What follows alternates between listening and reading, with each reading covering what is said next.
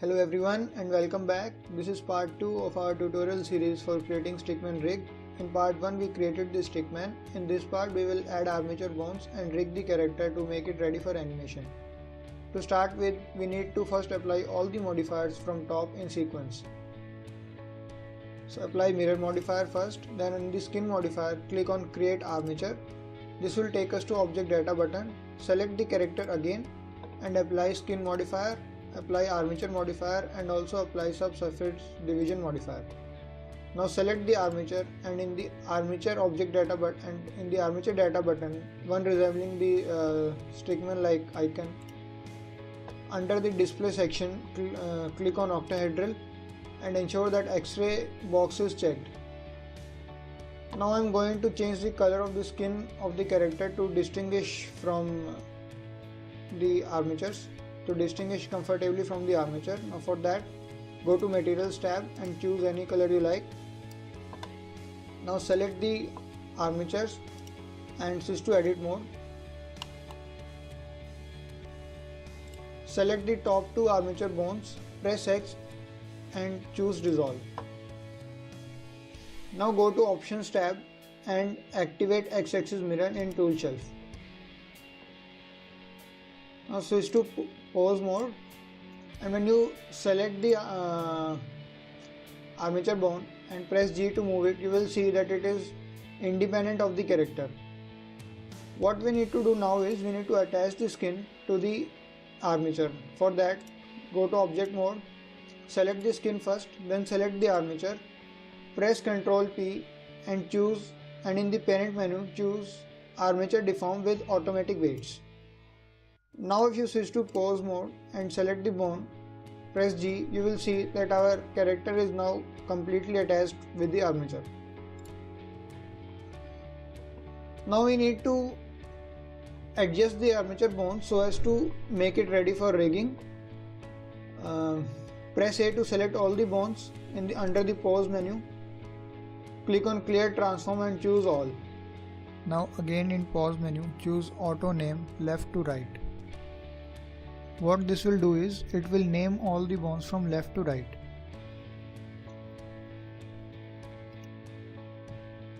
There you will see when you go to edit mode and click on the bone tab, you will see that each bone has a different name. But one interesting thing to note down is, since we are in the front orthographic view, so this is the left side of our character and this is the shoulder bone denoted by bone.07.L, but this is the thigh bone of the left side, but it is denoted by bone.00.R, that is R meaning right. So we need to rectify these errors.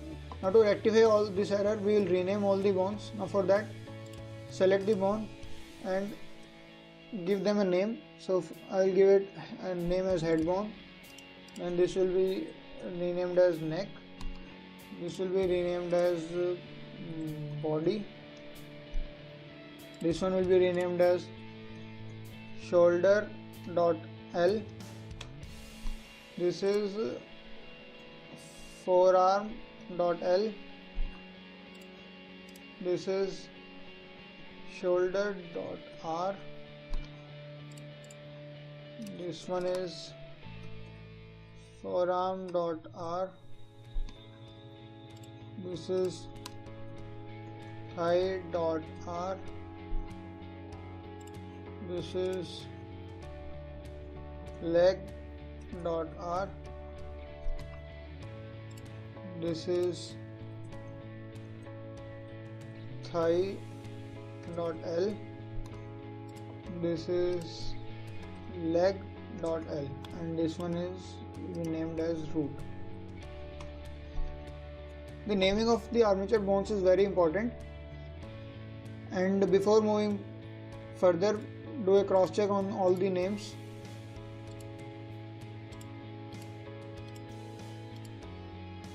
Okay, so now after the naming is correct, now select the neck bone and select the body bone and the root bone and press H to hide them. Now select the shoulder bone, press Alt P and disconnect bone. This shoulder bone, Alt P and disconnect. This one, Alt P, disconnect. 40 disconnect.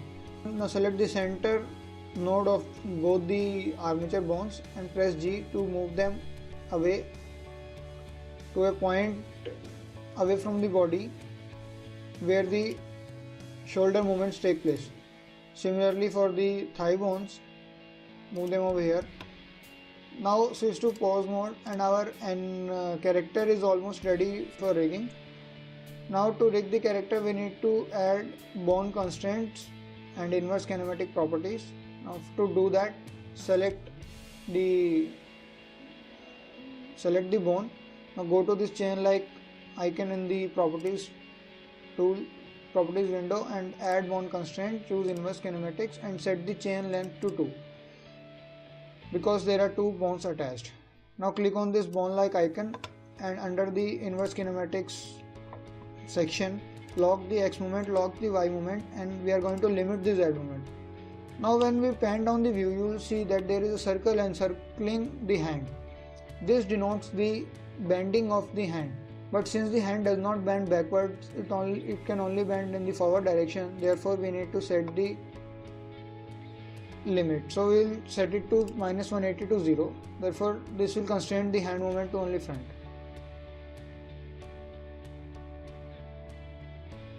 Similarly, do this for the other hand.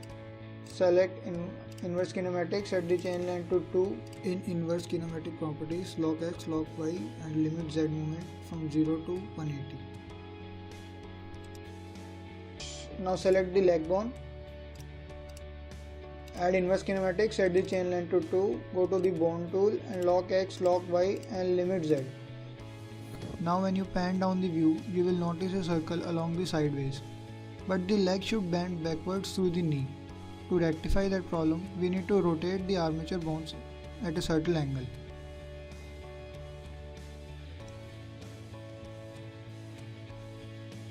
So first switch to front view by pressing key 1 on the numpad. Then select the bone and switch to edit mode. Now under the roll properties, move the slider and set the value to 55. Similarly, select this and set the value to 55. Now this is the advantage for the X mirror. When you change the roll angle for the armatures of left leg, the right leg armatures are automatically aligned. So now switch back to pose mode and you will see that now we need to give this value as 0 and this should be 180 degrees. So now our leg can only bend backwards and we can simulate any time of walk cycle and kicks. Similarly, do this for the other leg. Add inverse kinematics constraint, set the chain length to 2, go to bone tool, limit X, limit Y and this should be 0 to 180. Wrong, this should be minus 180 to 0. Now when we press key A to select all the bones, you will see that our character is completely rigged. Since this is a beginner tutorial, I have only created a basic rig.